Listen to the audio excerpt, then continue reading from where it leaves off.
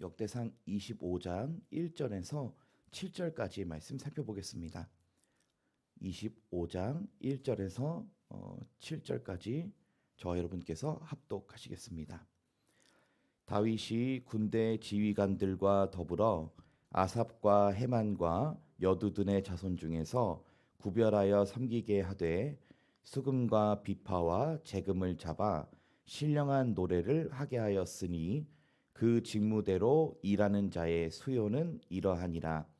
아삽의 아들들은 삭굴과 요셉과 느다냐와 아살렐라니 이 아삽의 아들들이 아삽의 지휘 아래 왕의 명령을 따라 신령한 노래를 하며 여두둔에게 이르러서는 그의 아들들 그달리야와 스리와 여사야와 시므이와 하사랴와 마띠디아 6사람이니 그의 아버지 여두둔의 지휘 아래 수금을 잡아 신령한 노래를 하며 여호와께 감사하며 찬양하며 해만하게 이르러는 그의 아들들 붓기야와 마따냐와 우시엘과 스브엘과 여리못과 하나냐와 하나니와 엘리야다와 깃달디와 로맘디에셀과 요스브 가사와 말로디와 호딜과 마시옷이라.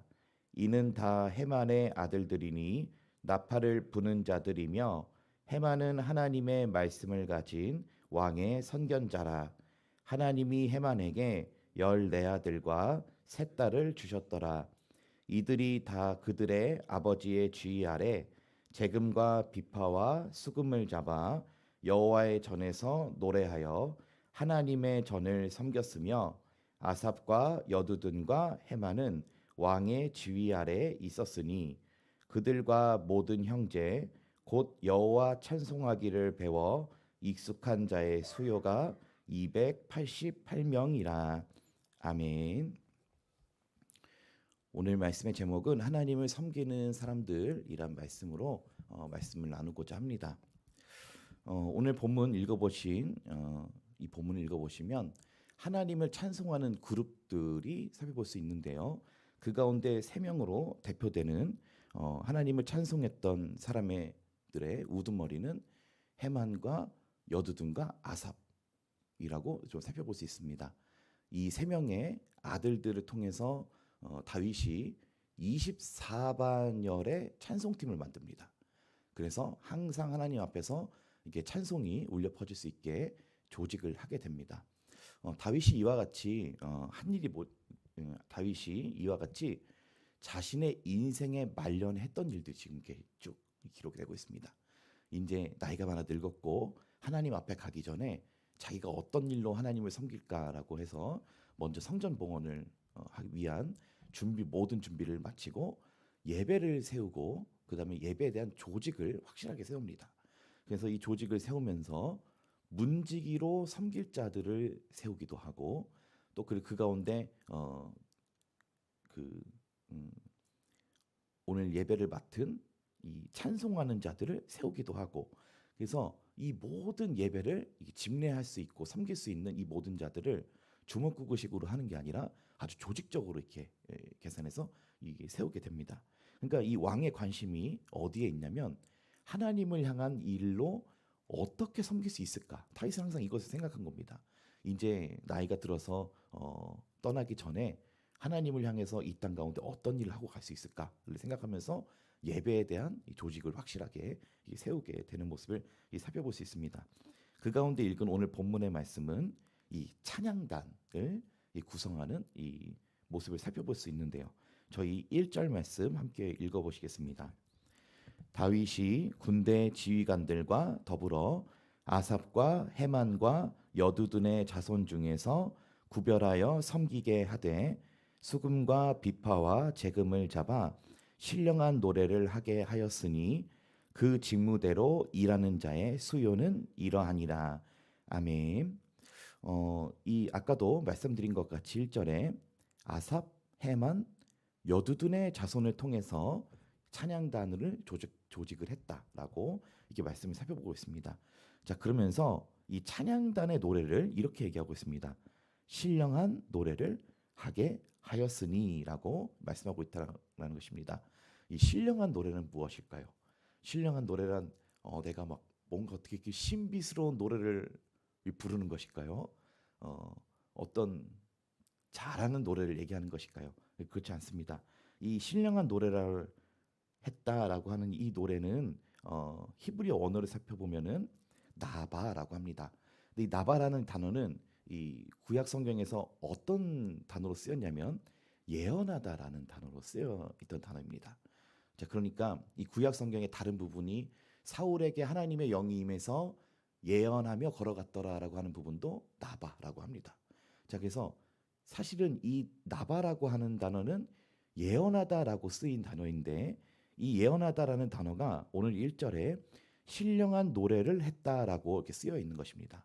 그래서 이 원어적인 뜻은 사실은 이 찬양단이 신령한 노래를 했다라고 하는 것은 하나님 앞에서 예언 사역을 했다라고 이렇게 살펴볼 수 있는 것이죠. 자, 그래서 이 단순히 어떤 노래를 잘 부르는 기능과 그리고 어떤 능력에 의한 이런 찬양이 아니라 하나님의 영이 임해서 하나님의 영의 감동에 의해서 이스라엘 통한 그런 어떤 예언 사역을 함께 감당을 했다라는 뜻을 갖고 있는 것입니다. 그러니까 이 찬양단의 노래가 이 사람들과 그 마음 가운데 울려 퍼지게 될 때에 그것이 그냥 아름다운 노래로 들린 것이 아니라 어떤 예언적인 은혜로 이렇게 들리게 됐다라는 것입니다. 그래서 또한 NLT 성경, 영어 성경을 이 번역본을 살펴보면 이 부분이 하나님의 말씀을 선포했다라고 번역을 하기도 합니다. 자, 그래서 단순히 신령한 노래라고 하는 어떤 송의 개념이 아니라 예언 그리고 하나님의 말씀을 대신 전달하는 역할을 이 찬양단이 또한 했다라고 이렇게 살펴볼 수 있다라는 것입니다. 그래서 이들이 단순히 노래만 잘하는 자들이 아니라 하나님의 영에 의해서 감동을 받아 부어지는 그 예언과 말씀을 드러내는 역할을 함께 했던 자들이었다라는 것입니다. 제 또래 되는 어떤 아주 유명한 성공한 크리스찬 가수가 있습니다. 제가 그 가수를 참 좋아했는데요. 그 가수가 어느 날 TV에 나와서 찬송가를 부르는 장면이 나왔습니다. 그래서 그걸 보면서 야, 내가 좋아하는 저 가수는 얼마나 찬송가를 은혜롭게 부를까 막 기대를 하면서 들었습니다.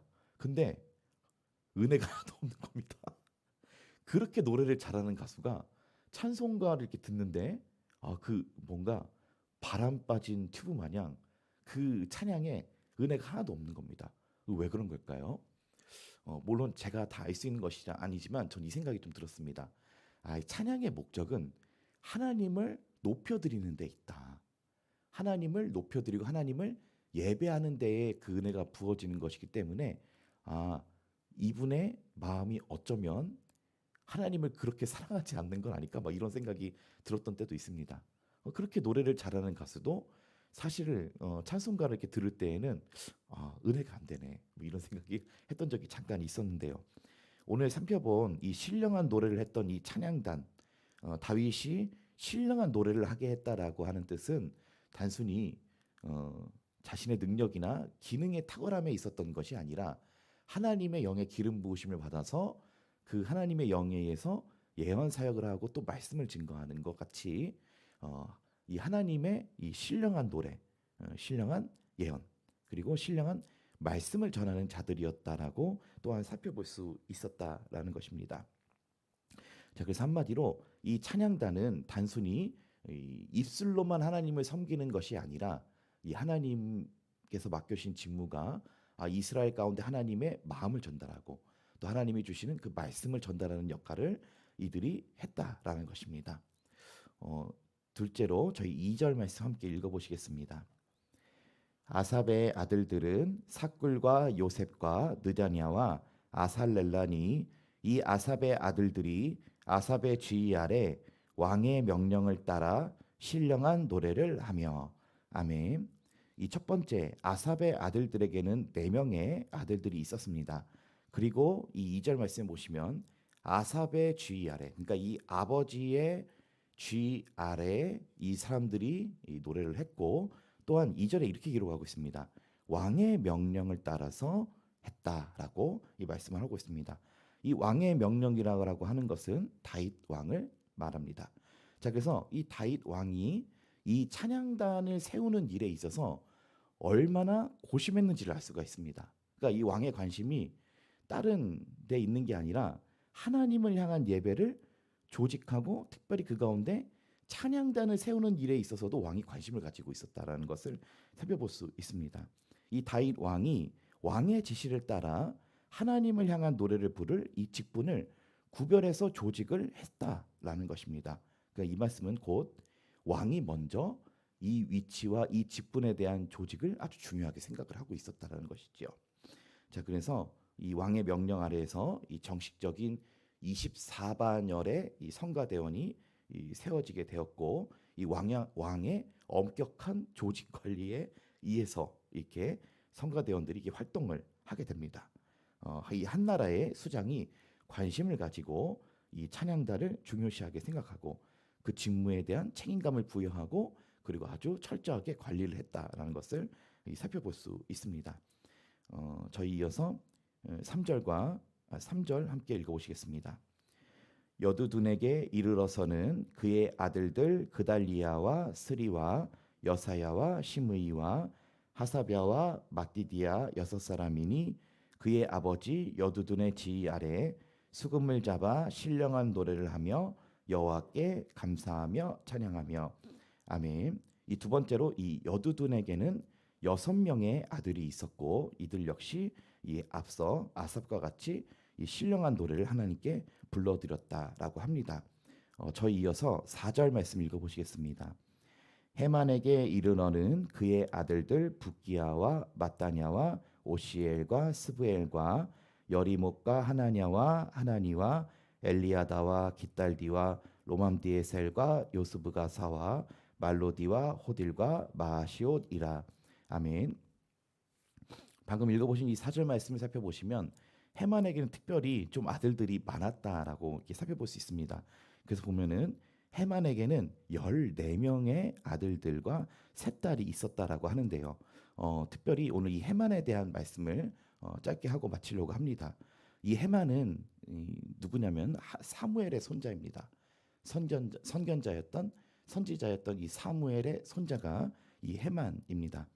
자, 그래서 이 헤만도 찬양팀의 우두머리 중 한 사람이면서도 이 헤만에게는 또한 특별한 직무가 한 가지가 더 있었습니다. 자, 그것은 뭐냐면 하나님의 말씀을 받드는 선견자 역할도 함께 했다는 걸 살펴볼 수 있습니다. 저희 5절 말씀 함께 읽어보시겠습니다. 이들은 다 헤만의 아들이니 나팔을 부는 자들이며 헤만은 하나님의 말씀을 가진 왕의 선견자라. 하나님이 헤만에게 14아들과 3딸을 주셨더라. 아멘. 이 특별히 헤만이 하나님께 받은 은혜는 더 컸는데요. 이 5절 말씀 보시면은 이는 다 헤만의 아들들이니 나팔을 부는 자들이며라고 이렇게 성경이 쓰였는데요. 왜 하나님을 찬양하는 자들이 갑자기 왜 나팔을 불고 있을까라고 생각해 볼 수 있는데요. 이 말씀을 히브리어 언어적으로 보면 또 이런 뜻을 갖고 있습니다. 하나님이 그 뿔을 높였다라고 한 뜻을 갖고 있는데요. 이것은 뭐냐면 하나님이 헤만의 그 명예를 높였다. 헤만 가족의 뿔을 높여주셨다라는 뜻을 이렇게 갖고 있습니다. 자, 그래서 이 헤만의 아들들이 나팔을 부는 자들이며라는 뜻은 헤만의 아들들을 하나님께서 뿔을 높여주셨다라는 뜻으로 해석이 되기도 합니다. 자, 그래서 또한 헤만은 하나님의 말씀을 가진 왕의 선견자다라고 이렇게 말씀을 하고 있습니다. 헤만의 할아버지였던 사무엘이 이스라엘의 선견자였죠. 그것과 같이 이 사무엘의 손자였던 헤만이 역시 왕의 선견자, 그러니까 왕에게 이 조언을 해주는 역할을 이렇게 함께 이 직임을 얻습니다. 자, 그러면서 이렇게 얘기하고 있습니다. 헤만은 하나님의 말씀을 가졌다라고 오늘 이렇게 말씀하고 있는데요. 여기서 말씀을 가졌다라고 하는 뜻은 히브리어로 베다바르라고 하는데요. 베라고 하는 것은 전치사, 그리고 다바르라고 하는 것은 이 말씀을 갖고 있는데요. 그래서 앞에서 베다바르라고 하는 것은 이런 뜻을 갖고 있습니다. 어, 말씀 안에서 말씀을 통하여 하나님의 선견자다라는 뜻을 갖고 있는데요. 여기엔 좀 이게 두 가지 뜻으로 좀 살펴볼 수 있을 것 같습니다. 그것은 뭐냐면 하나님이 해만에게 특별히 이 레마의 말씀을 주셔서 해만이 이 하나님 말씀이 있었다라는 뜻으로 해석이 되기도 하고요. 한 가지는 해만이 날마다 성실하게 하나님의 말씀에 의해서 하나님의 말씀을 통하여서 선견자 역할을 감당했다라는 뜻으로 해석이 되기도 합니다.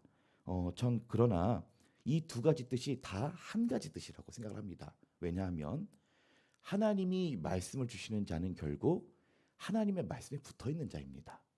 그렇죠? 시편 1편 말씀과 같이 복 있는 자는 악 있는 들의 꾀를 따르지 아니하고 죄인들의 길에 서지 아니하고 오만한 자들의 자리에 앉지 아니하고 뭐라고 했습니까? 오직 여호와의 율법을 즐거워하여 그 율법을 주야로 묵상하는 자로다. 그는 마치 시냇가에 심은 나무가 철을 따라 열매를 맺으며 그 잎사귀가 마르지 아니함 같으니 날마다 하는 일이 형통하리로다 이렇게 말씀하시지 않았습니까? 자, 이 말씀과 같이 이 해만이 날마다 하나님의 말씀에 의해서 베다바르 그리고 하나님의 말씀을 통해서 왕의 선견자의 역할을 감당했다라는 것입니다. 그러니까 그가 날마다 하나님의 말씀을 성실히 연구하고 하나님의 말씀을 알려고 할 때 하나님께서 그를 또한 말씀의 선견자로 이렇게 하나님이 세워주셨다라는 것을 함께 살펴볼 수 있습니다. 그래서 이 해만은 하나님 앞에서 이렇게 찬양단의 우두머리로서 신령한 노래를 불러드리는 사역을 했지만 또한 한편으로는 하나님의 말씀을 가진 자로서 왕의 조언자. 그래서 당시에 활동을 했던 갓 선지자, 나단 선지자가 이때 있었는데요. 이들과 같이 왕 앞에서 조언을 할 수 있는 그 권위가 있던 자였습니다. 자, 그럼 그 권위가 어디에서 나왔을까요? 해만의 지혜와 명철이 아니죠. 해만이 날마다 하나님 말씀을 깊게 알고 있고 하나님이 주시는 말씀이 있었기 때문에 그가 다윗 왕 앞에서도 이 조언을 할 수 있는 선견자로서의 역할을 또한 했다라고 오늘 이렇게 말씀을 좀 살펴볼 수 있다라는 것입니다. 오늘 말씀을 마무리하도록 하겠습니다. 첫째로 이 하나님을 사랑하는 자들에게 하나님이 이 직무를 주시고 다윗 왕은 이 직무를 주먹구구식이 아니라 조직을 세우는 일을 했습니다. 그래서 다윗의 말기에 이 집권 말기에 하나님을 향한 예배를 세우면서 이 조직을 구성하게 되는데요. 이 성전에서 섬길 자들을 이 조직을 하면서 오늘 본문에서는 이 찬양단을 조직하는 모습을 좀 살펴볼 수 있습니다. 그렇게 해서 조직하며 세워진 자들은 하나님 앞에 신령한 노래를 부르던 자들이었는데요. 이 신령한 노래란 예언하다라는 뜻을 갖고 있습니다. 그리고 마지막으로 이 우두머리들 가운데 특별히 해만은 하나님의 말씀을 가진 왕의 선견자로서의 역할을 또한 감당을 하게 됩니다.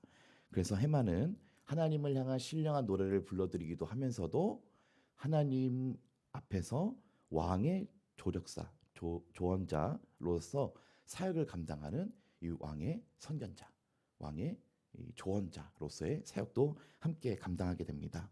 오늘 말씀을 좀 살펴보면서 우리가 하나님을 찬양하는 일이나 또 하나님의 어떤 교회를 조직하는 일이나 그리고 하나님 앞에서 말씀을 가까이 하고 하나님의 말씀에 의해서 조언하는 일들이나 이 모든 일들이 다 결국에는 하나님을 위한 것들입니다.